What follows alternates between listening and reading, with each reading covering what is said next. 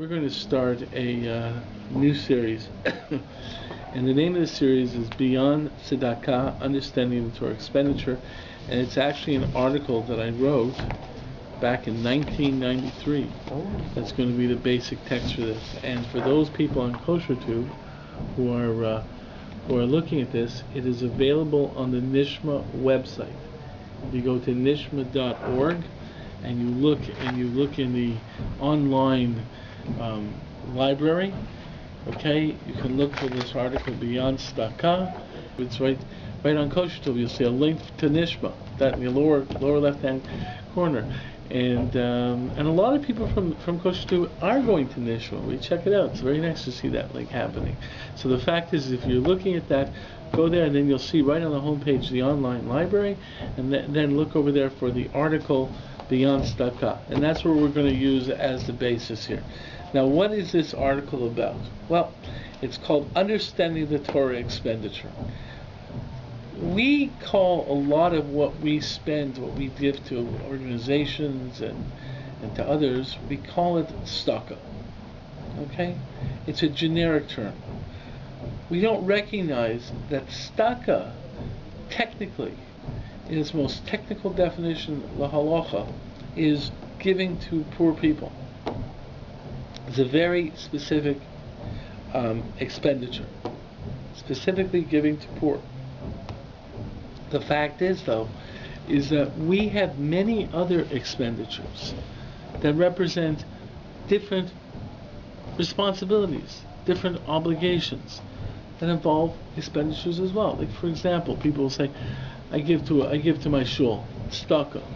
Well, the truth is, if you give to your shul, you're actually spending money on a mitzvah expenditure. You have to buy tefillin. In order to put on tefillin, you have to buy tefillin. Well, guess what? You also have an obligation to have a place for communal davening. Okay? There's an obligation for a community to have a mikvah. So or especially for people who need a mikvah for their own mitzvah consumption, when they give money to the mikvah, are they giving tzedakah? No. They're actually participating in a purchase for mitzvah consumption. Now, this has a tremendous importance in our understanding. The fact is that too many times we understand the emotions of giving. Someone comes up to you and says, give to this yeshiva, give to this a homeless person comes up to you, and so forth, and give. And we look at it and we think that there's this emotion, a value, give, right? But what we don't recognize is that really how we spend money is a tremendous responsibility that we have. And we have to make decisions on how we spend our money. On consumption items, every human being has a parameter. How much money do they have? If you want to buy something, well, there's a concept in economics called opportunity costs. I want to buy this chocolate bar. I can't buy that bag of peanuts. I only have $1. What can I buy? Okay, but the fact of the matter is that every one of us, because what I said, we only have a certain amount. You know, we think about Gevirim, we think about people who are tremendous balei tzedakah. Okay? Now, or basically give money to funds. The fact of the matter is that can they cover every need that exists in the world? Let's take an example. Bill Gates turned around tomorrow and said, you know something? I'm just going to spend my entire fortune towards charity. Could he solve every financial problem in the world? Or will he have to make some decisions? I have to give to this cause, I can't give to that cause. Even if you have $1 billion.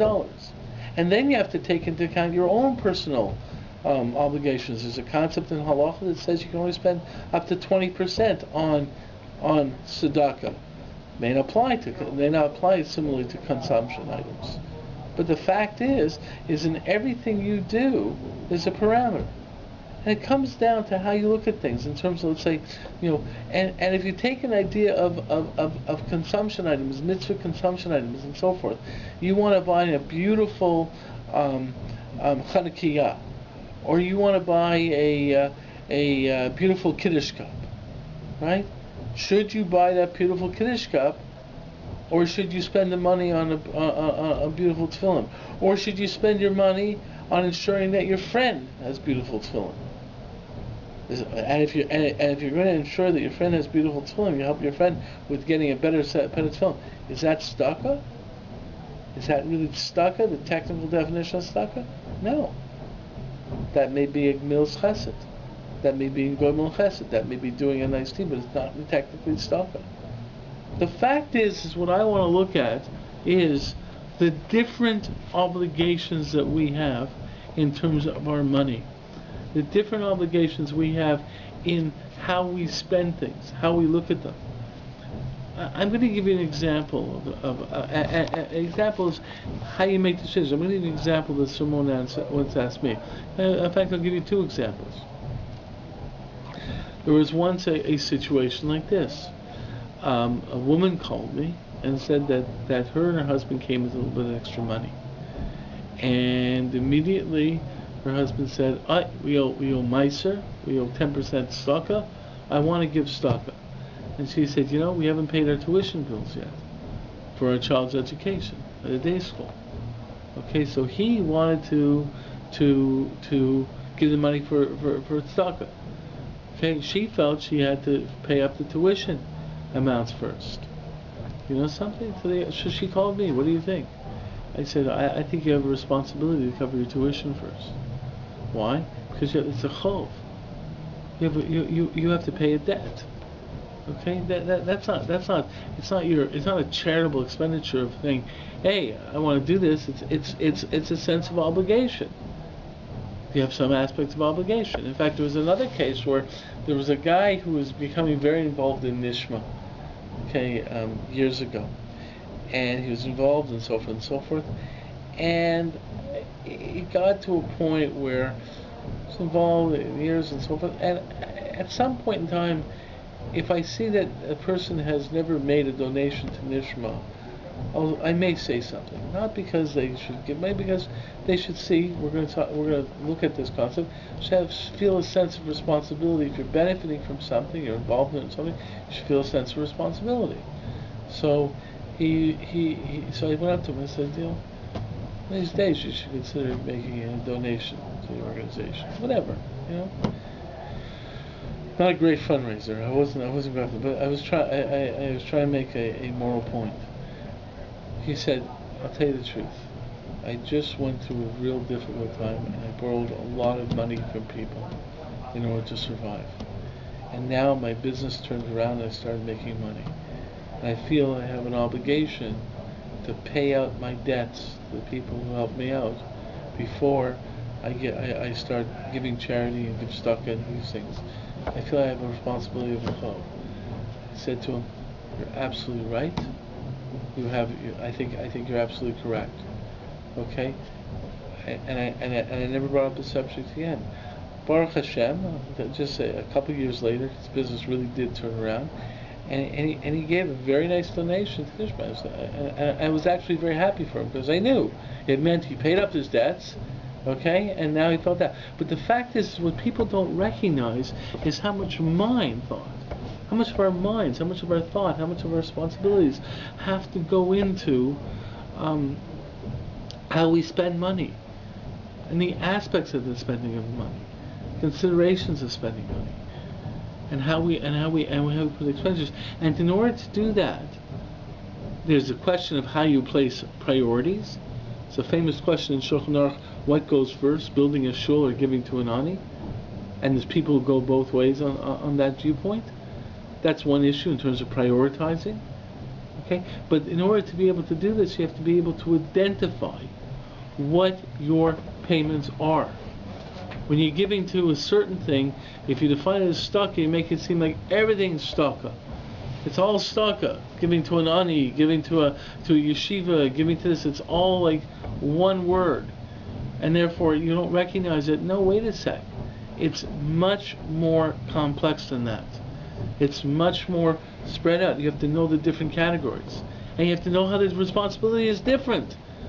Sometimes when you're giving, you're not giving because you're doing an act of chesed. Sometimes you're doing because you're doing an act of consumption. You need a shul. It's kind of an example. So if you go through this, I'll give you examples in terms of the way I categorize things. One is mitzvah consumption, which includes your involvement in communal mitzvah consumptions, and a unique difference in mitzvah consumption between personal mitzvah consumption and communal mitzvah consumption.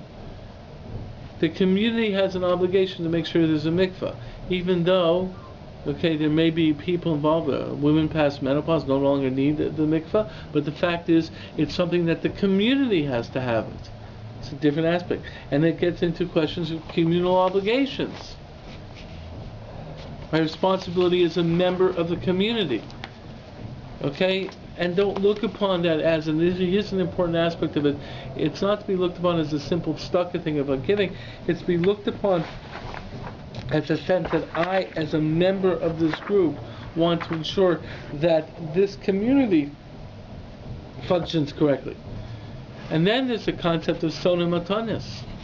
There's a verse that says, sona matanis yichya, that the person who hates gifts will live.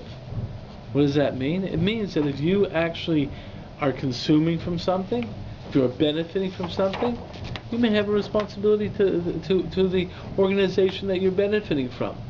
It's a tremendous difference. If you're involved in an organization and you're benefiting from that organization, right? Then they're not in the same category as a tzedakah for some place that you have no connection to. You have to know that. And then you have to know actually the definition of tzedakah, which is giving to an ani. And what defines the ani, and what defines the need of the ani. And let's say buying an ani something which is a luxury item. What defines someone as an ani? What is poverty in our world today? And just because someone asks you or thinks that they're entitled to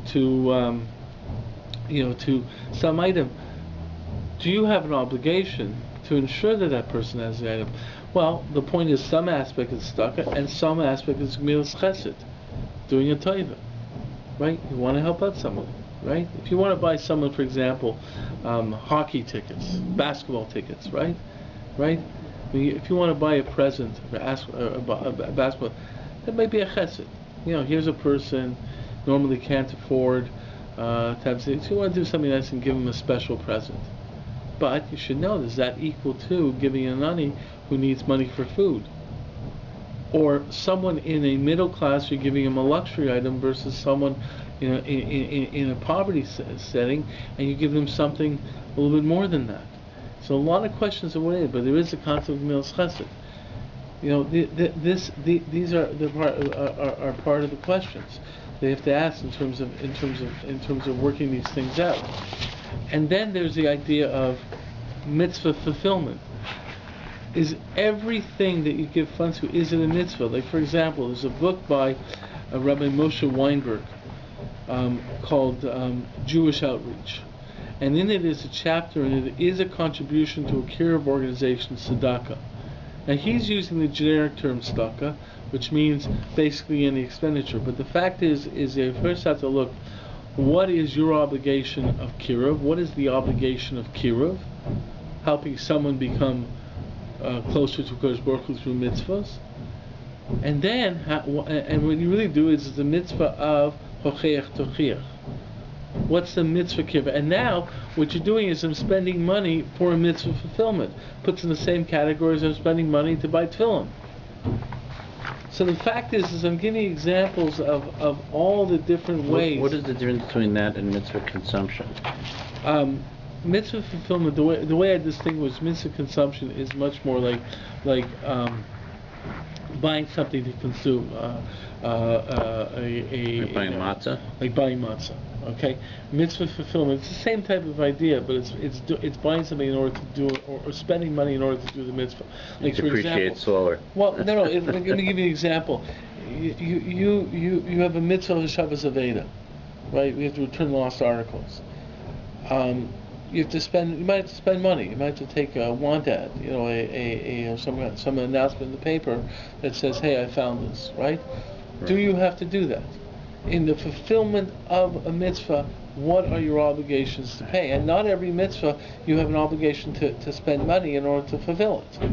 Okay? Certain mitzvahs you have obligations to spend money on, certain mitzvahs you don't have obligations to spend. That's what I meant by mitzvah fulfillment. Okay, so these are all, the key over here is to recognize the different categories, and the reason I'm saying about different categories is because it furthers the aspect of understanding how you make a decision. Because what it really comes down to is the understanding that we all have limited funds, and that how we spend money basically is our statement about the future of the Jewish world. People are inundated with yeshivas. They come to yeshivas, right?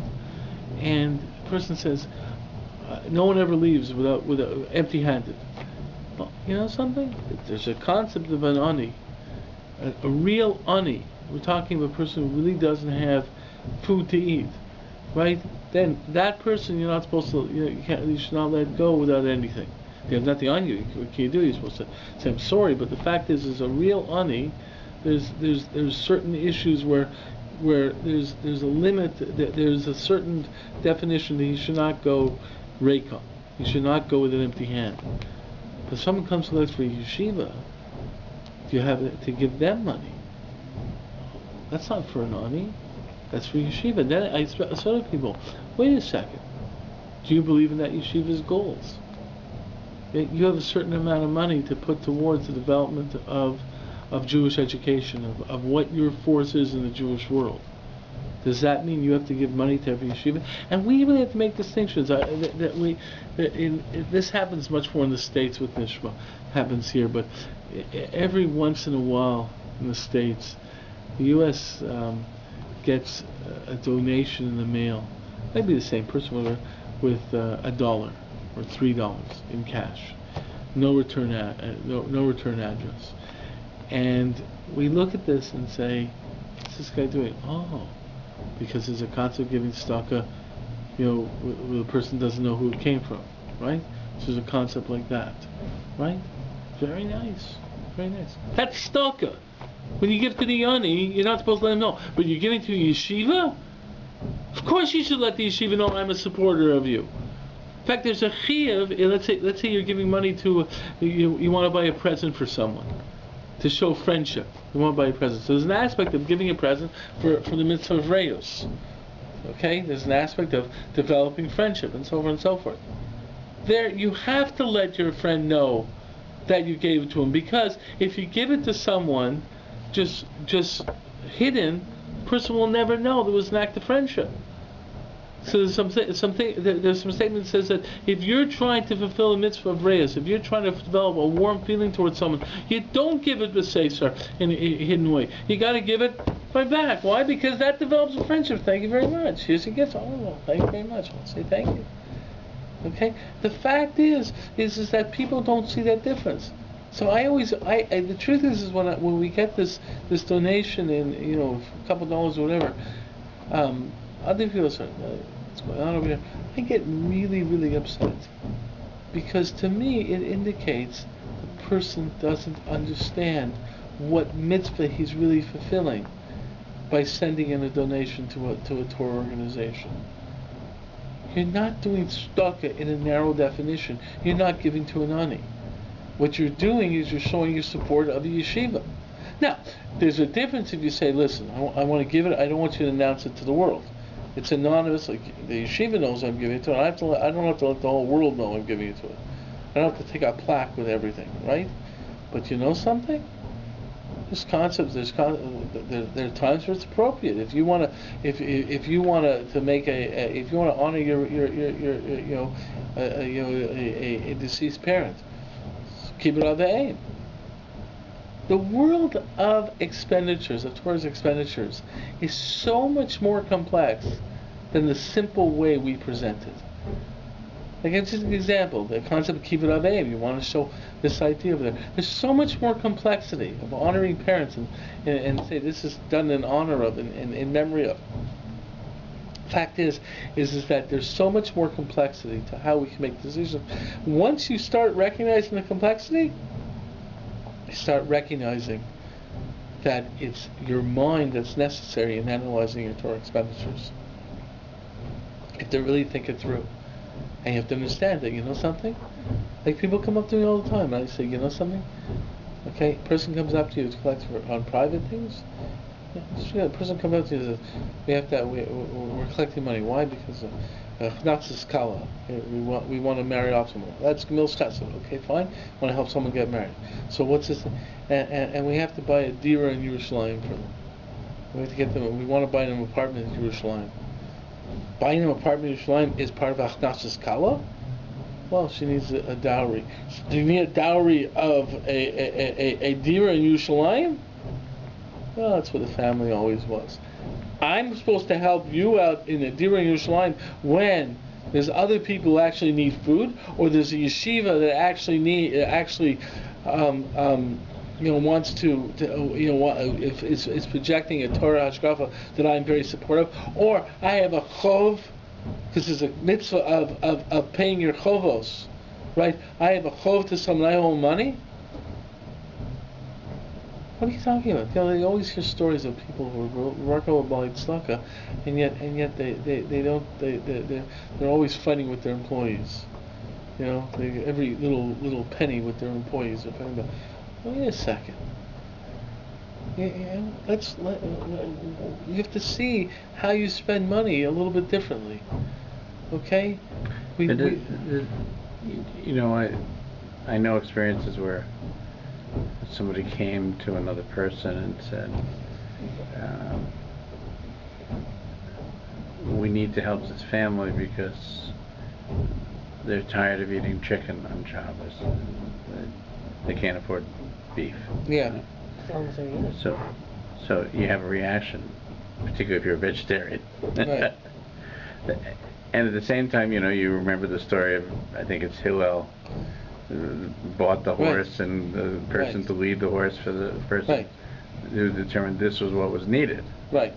So how do you deal with those two issues? That's the part of the complexity. There's two aspects of that issue. First of all, you have to understand whether it's a chesed or whether it's a tzedakah. Let me tell you why. If it's giving to an ani, it's a tzedakah. If the ani was very wealthy and then fell below the poverty line, then it's tzedakah to give to bring them up. But if someone was very wealthy and fell to middle class status, that's not tzedakah.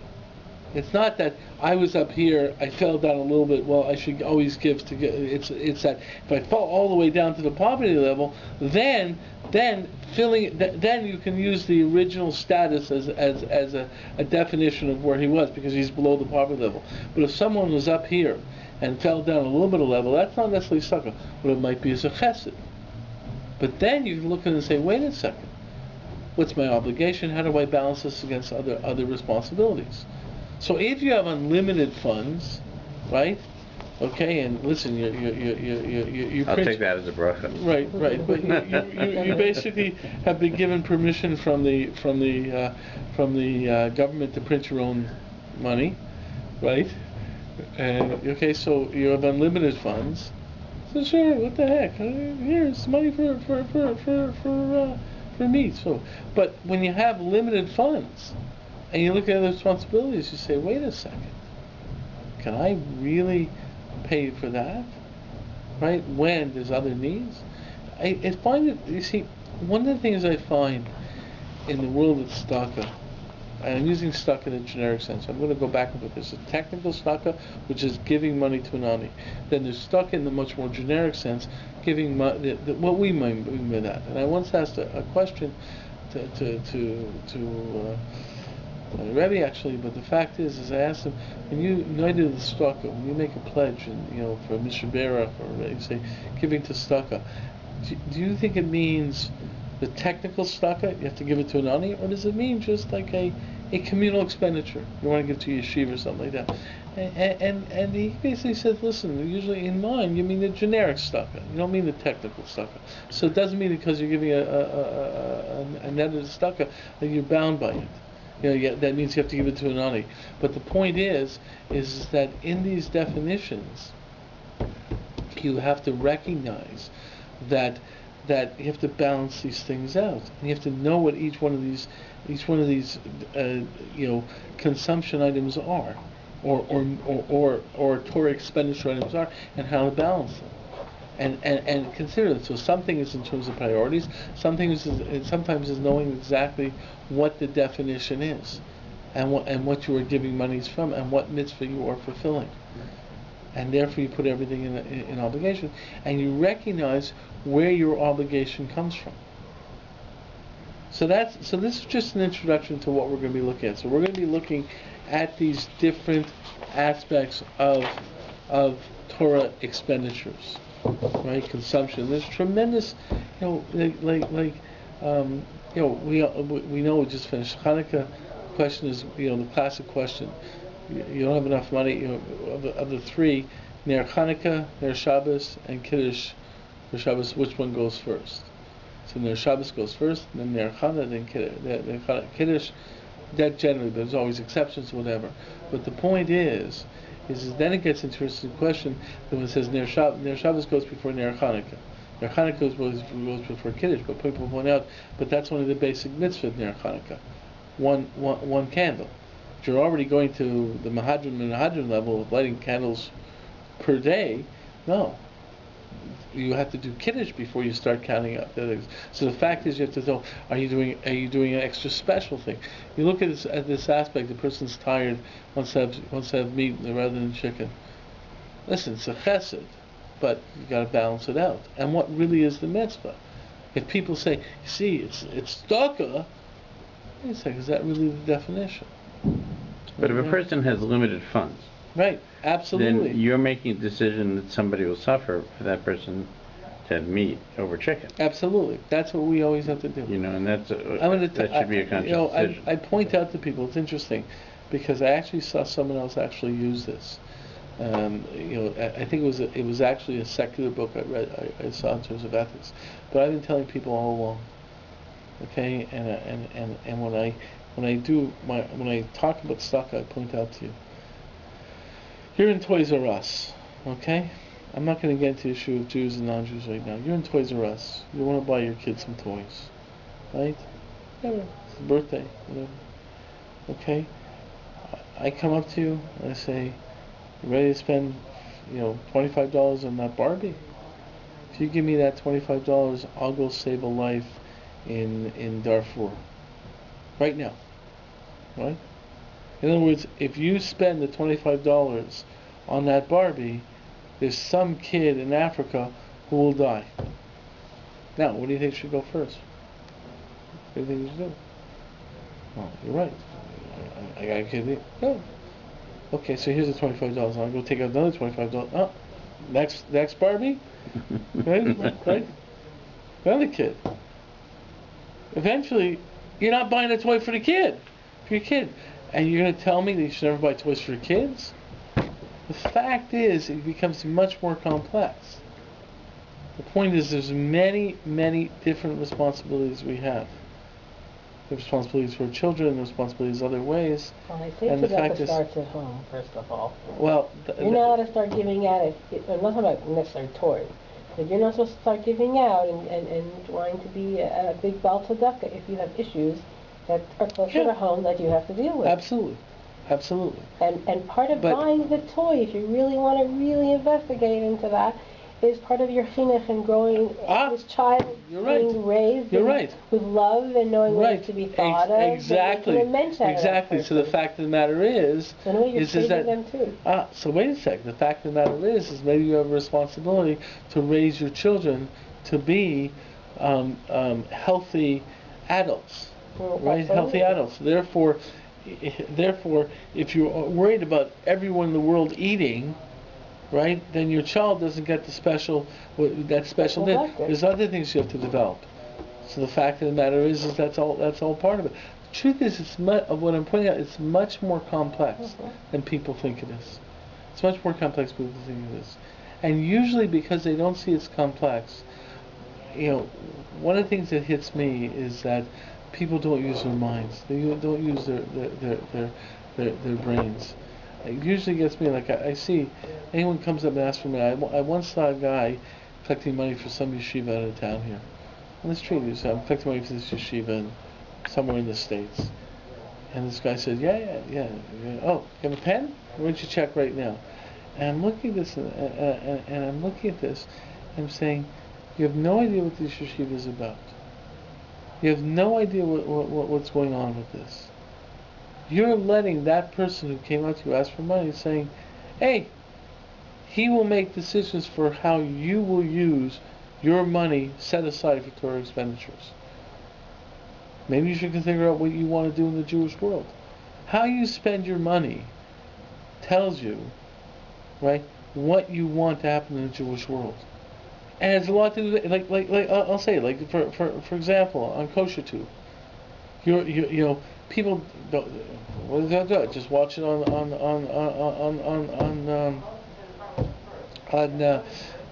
the screen. I don't have to pay any. It's a variable. No, there's no variable cost. What do you think? Does it cost money to run a website? And you're watching and you're benefiting. You don't even because you don't even think that maybe, hey, I have a responsibility to give to this place, and then you look and say, isn't it wonderful? I can see all these shiurim. I can watch shiurim all day long. It's tremendous. Hundreds, thousands of shiurim available right there on the web, growing every day. It's a wonderful thing. You don't think that Jews should be doing that? It's almost as good as Untitled NISHMA. But the fact of the matter is that people, do you think? No, because who's going to make, the guy who's going to ask, he's going to make the decision for how you spend your money. Okay? What happens to go to Kodesh Baruch Hu? Kodesh Baruch Hu says, did you, one of the questions asked is, were you correct in business? You don't think Kodesh Baruch Hu said, so did you spend your money wisely? Yeah? So who'd you give money to?